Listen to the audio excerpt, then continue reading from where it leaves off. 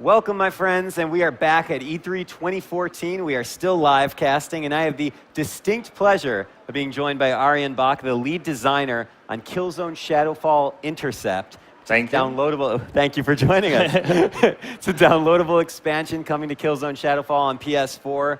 Now, Arjen, this is not the first time you and I have spoken. No. It was rather stressful last time. Yes, This is right before the press conference. This is very laid back. Everyone here is enjoying games, can just hang out. Why don't you give us just in the nutshell what Killzone Shadowfall Intercept is? All right. So Killzone Shadowfall Intercept is a brand new co-op, online co-op expansion to Killzone Shadowfall. It is all about teamwork. You have 4 players that will have to work together to overcome the onslaught of enemies that are going to come in. Awesome. And you guys, I mean, obviously, this is 4-player online, which was something that you guys were interested in, I assume, even during development of Shadowfall, and it's something you guys really wanted to tackle after the launch. Yeah. Which seems so long ago, but it wasn't actually that long ago. You guys must be busy. Yeah. They keep you busy over there. Yeah. So why did you guys want to take co-op online into the Shadowfall experience? So at the studio, and me as well, I'm a big fan of co-op games. I like that sort of shared experience that it brings. It is a bit more relaxed than a competitive play. Okay. So it's just, it's you and your friends together. So we really wanted to do that. But, you're working on a launch title, and everything's being built around you, so you have to make choices. So we opted to go for a solid campaign and do a great competitive multiplayer, because that's exactly what people expect from a first-person shooter. But right after launch, we got started on co-op, and we've been working in it for the past couple of months. And tireless efforts. Yeah. So I guess this is a good time for us to talk about the 4 classes, because there's 4 new classes in Intercept. Yeah. Take your time to just walk us through this. Give us a nice breakdown of each class. Yeah. So we have 4 classes. We have the Assault, the Marksman, the Tactician, and the Medic. Perfect. That's 4. So that's 4. There we go. So each of these classes have their own unique role to play in the game. Okay. So these have been set up so they don't overlap with each other. So one class will have to perform a certain job, and then the other will have to do something else. But when they come together as a team, it starts flowing. And let's go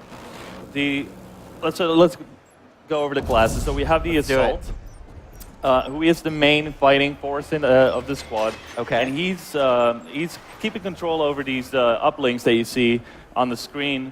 And he's always at the front. He's got a really powerful shotgun, and he's right in there.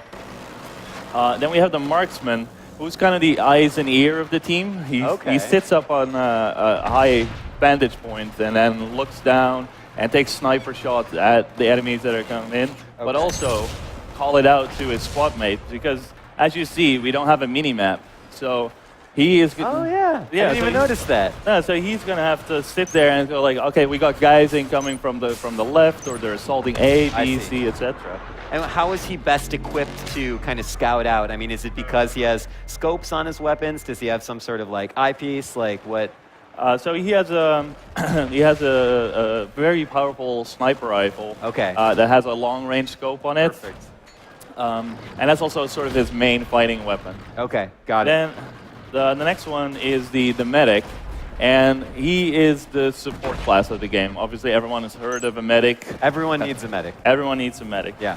And specifically in Intercept, the Medic is really important, because if you die, like this guy just did, you see, if you die and you die all the way, to get back into the game, it's going to take points out of the mission. So it's going to take longer to complete that mission. So this guy can actually bring you back in the game without that cost. So he is constantly running around and keeping everyone in fighting shape. He's also got a lot of ammo, so if you're out of ammo, just call for a medic. He'll come in and drop that box. So the medic is actually resupplying the team as well as keeping them healthy. Exactly. So Perfect. he is the full-on support guy. Like a best friend. Like a best friend, yeah. Keeping healthy, well supplied. Yeah. It's like a normal, everyday guy. Yeah. And then that leaves the tactician. Exactly. Yes. So the tactician is quite a bit different than all the other classes. He doesn't really, you can see that right now, he's placing a turret, and he's actually got 3 of those. Okay.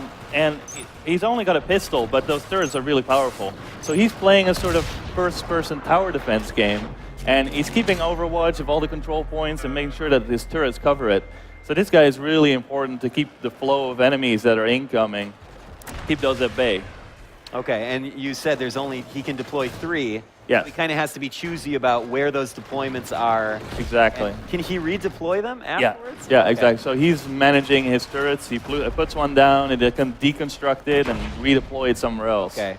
So that sounds like that would be one of the most stressful jobs, because that's like major support It is for major. the entire team. Yeah, you're right. It's a really important job. If he doesn't, you see here, he's put his turret in a good spot, so he's getting loads of kills. So it is really important to constantly be looking at where am I going to put my turret next. Exactly. So talk to us a little bit about how the Helghast actually deploy in these zones, and kind of how the waves are set up. Yeah, of course. So in Intercept, we actually have a AI commander system, and he's keeping track of what players are doing using heat maps and telemetry, and he's figuring out where they are and what they're doing and how well they're doing. And he has a roster of tactics and enemies that he can use to attack the players. So he can look at, see the players and where they are, and then he's going to send in the right troops based on the situations. Another thing that he can do is when he feels that the players are winning, he's going to want to win. So he can send in these bosses that will show up, and these are really powerful enemies. Okay. That's very interesting. So that means that every time a group of friends sits down, plays a round of Intercept, it's going to be a little different based on how that AI commander was? Yeah. How that commander is actually deploying troops and sending like waves of enemies at them. Exactly. So no game is going to be the same. Does that make designing the game difficult for you guys, because there's a certain layer of surprise to it? Yeah. It's been particularly hard to balance. I could imagine. That took a long time to get the right flow, get the right setups of the individual classes, a lot of tweaking. And obviously the commander is trying out different tactics, and he finds certain tactics that are just too difficult. So you got to dial them down a little bit. So it took a good couple of test runs to get that going. Just a few. You guys only had to test it like 3 times. Yeah, about 3 times. Yeah. Can you give us just a quick couple of examples of how the 4 classes play into each other, and maybe how you'll see teamwork develop between them? Yeah, of course. So as you see here, this guy can deploy turrets, which is the tactician. Sure. Besides that, he's good at keeping enemies at bay. We also have these enemies that we call cloakers.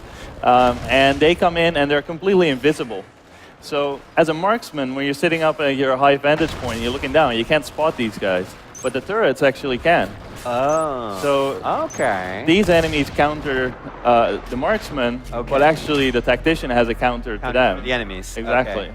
And each of these classes have certain elements of that. Another example is the guys with the blue shields. Those are really strong enemies. They have an energy shield that you have to take down first. And the medic actually has a grenade that he can take that shield down with. So then the assault can get in and take those guys out. The medic does that? Yeah, exactly. The medic's not only healing you, resupplying you, he's got grenades. Yep. It's nothing that guy can't do.